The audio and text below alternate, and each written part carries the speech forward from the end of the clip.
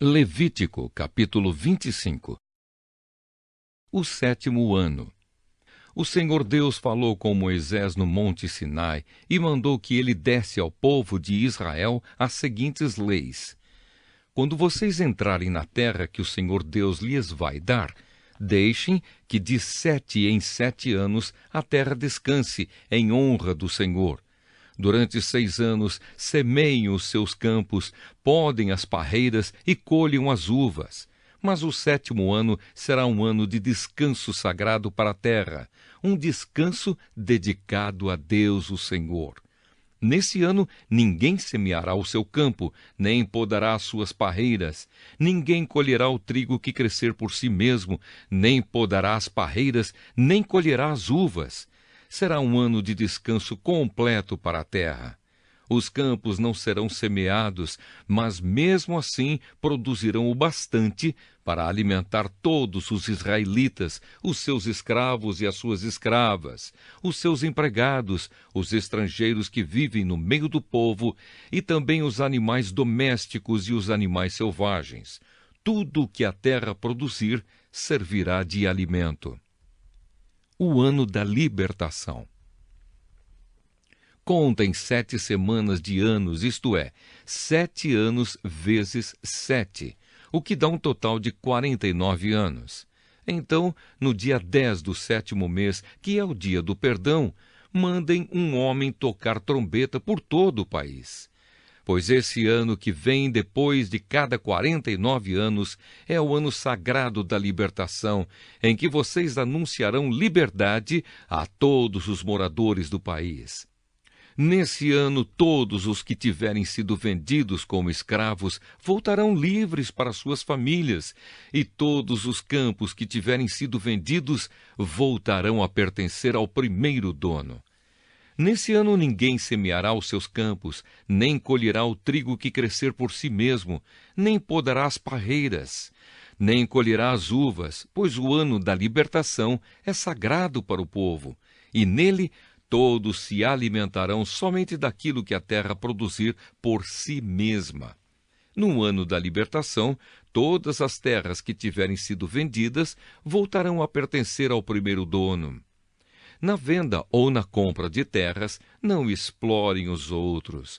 O preço será calculado na base do ano da libertação, pois o que se vende não são, de fato, as terras, mas as colheitas que elas produzem. Portanto, o comprador descontará do preço o número de colheitas desde o último ano da libertação. E o vendedor calculará o preço na base dos anos de colheita que ainda faltam até o seguinte ano da libertação.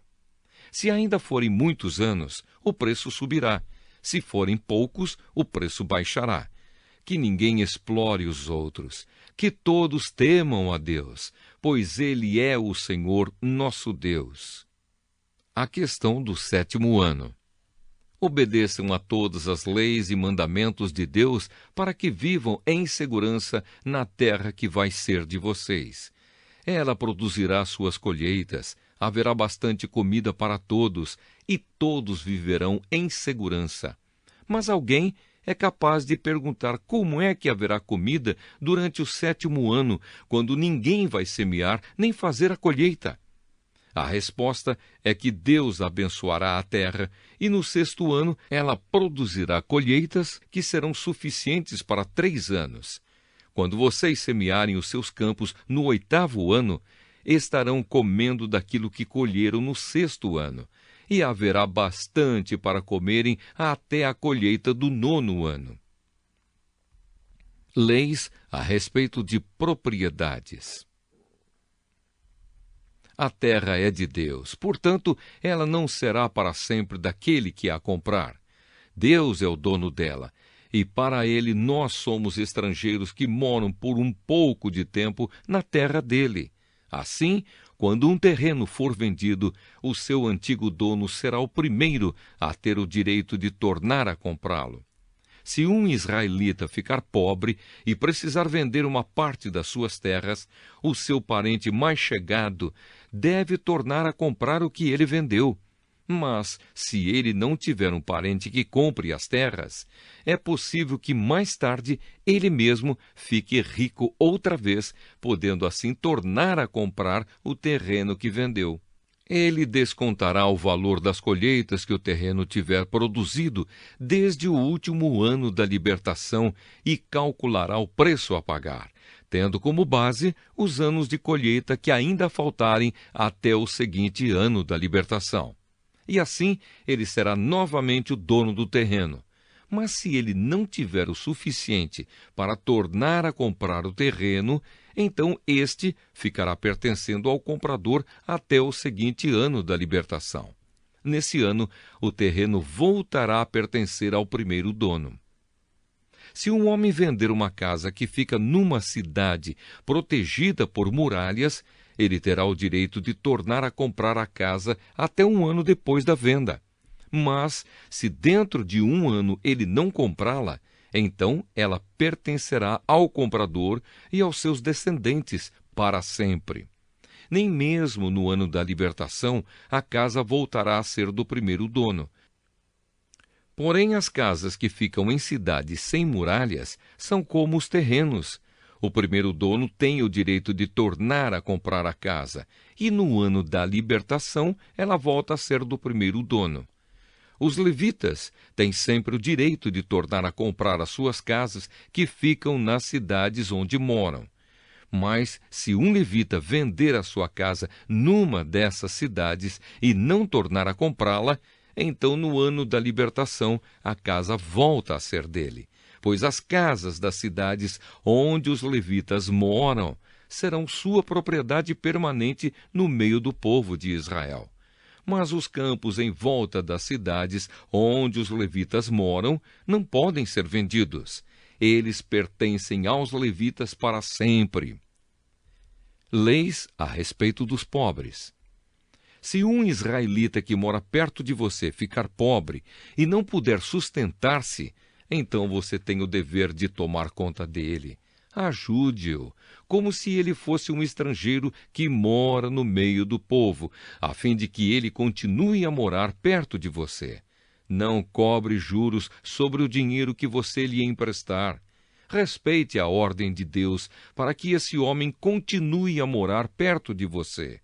Não cobre juros sobre o que você lhe emprestar, nem tire lucro dos alimentos que você lhe vender. É isso que o Senhor, nosso Deus, nos manda fazer. Foi Ele quem nos tirou do Egito para nos dar a terra de Canaã e para ser o nosso Deus. Leis a respeito dos escravos. Se um israelita que mora perto de você ficar tão pobre que chega ao ponto de ter de se vender a você para ser seu escravo, não o faça trabalhar como escravo.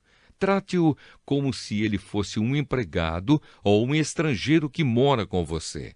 Ele trabalhará para você até o ano da libertação, e nesse ano ele e os seus filhos irão embora e voltarão para sua própria família e para as terras dos seus antepassados. Os israelitas são escravos do Senhor Deus que os tirou do Egito. Eles não deverão ser vendidos como escravos. Portanto, não os trate com crueldade, mas respeite a ordem de Deus. Se precisarem de escravos ou escravas, vocês poderão comprá-los dos povos vizinhos do seu país. Também poderão comprar os filhos dos estrangeiros que moram no meio de vocês. Essas crianças que nascerem na terra de Israel poderão ser compradas como escravos, e os seus donos poderão deixá-los como herança aos filhos, a quem esses escravos deverão servir a vida inteira. Mas um israelita não pode ter outro israelita como escravo, nem pode tratá-lo com crueldade. Pode acontecer que um estrangeiro que vive no meio do povo fique rico e que um vizinho israelita fique pobre e se venda como escravo a esse estrangeiro ou a alguém da família dele.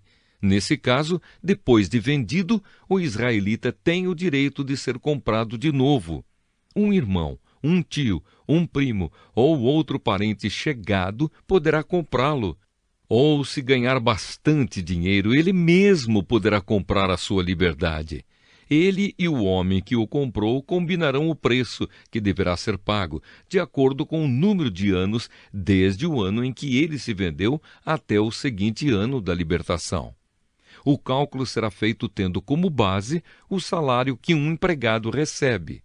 Se ainda faltarem muitos anos até o ano da libertação, ele pagará uma parte maior do dinheiro que recebeu quando se vendeu. Mas se faltarem poucos anos, a parte será menor. O dono o tratará como se ele fosse um empregado que é contratado para trabalhar por ano. Não deixem que o dono o trate com crueldade. E se o homem não for libertado por nenhum desses modos, então no seguinte ano da libertação, ele e os seus filhos ficarão livres. Pois os israelitas são escravos de Deus, que os tirou do Egito. Ele é o Senhor, o Deus deles.